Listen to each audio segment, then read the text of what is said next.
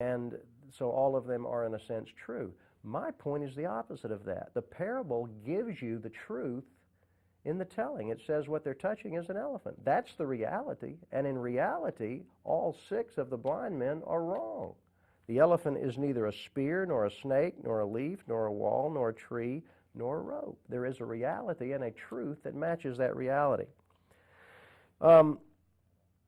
So, let's move on, having hopefully established that there is reality, and reason, good reason, will help us define that. So truth exists. Some of it can be known because, and this is where Aristotle and many early philosophers especially said this truth is self-evident.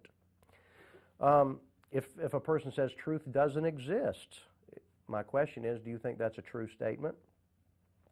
If they say truth can't be known, well, they've just made a statement about something that can be known about truth.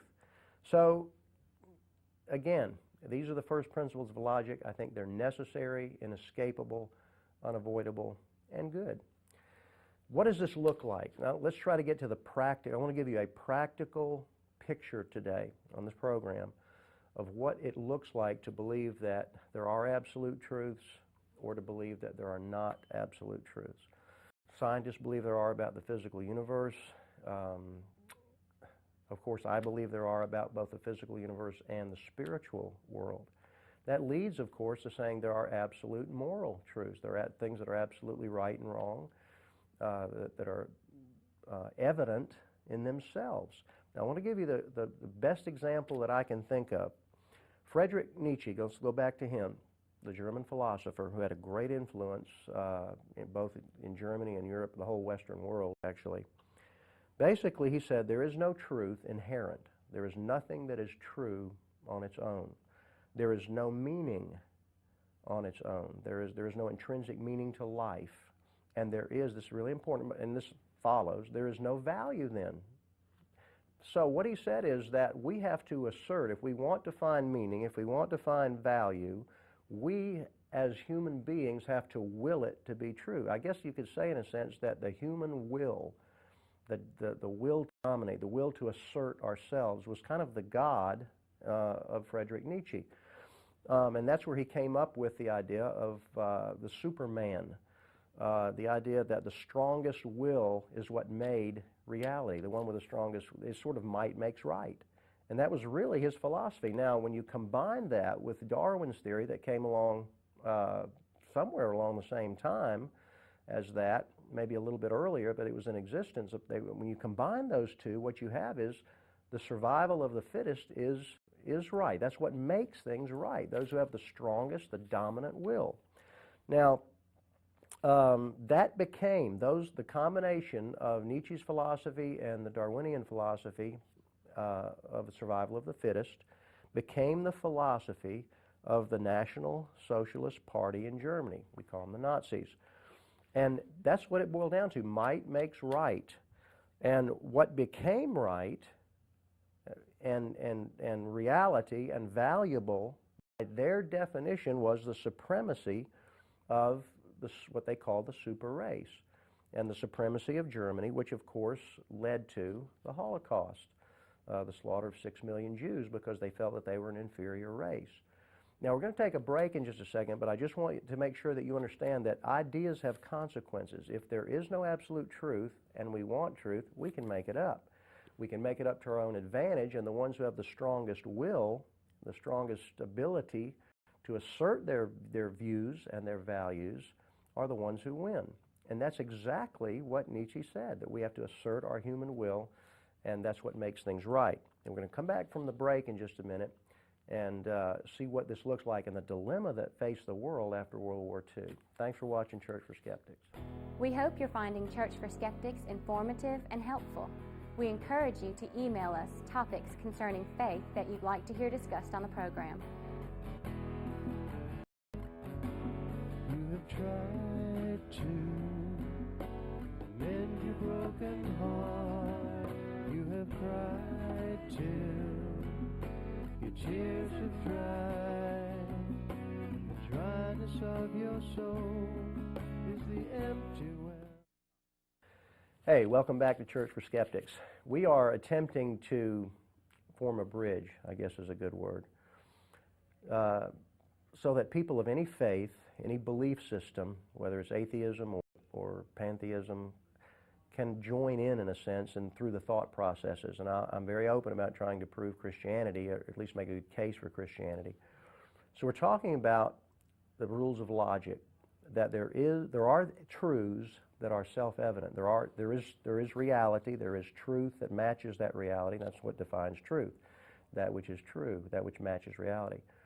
We're talking about the dilemma that faced the world after World War II. The philosophy of the National Socialist Party, we know them as the Nazis, was that reality and truth were made by humans. There was no reality outside of human will. And so their right, their cause, their value became the domination of Germany over the rest of the world. And in the process, what they believed was that they needed to exterminate inferior races.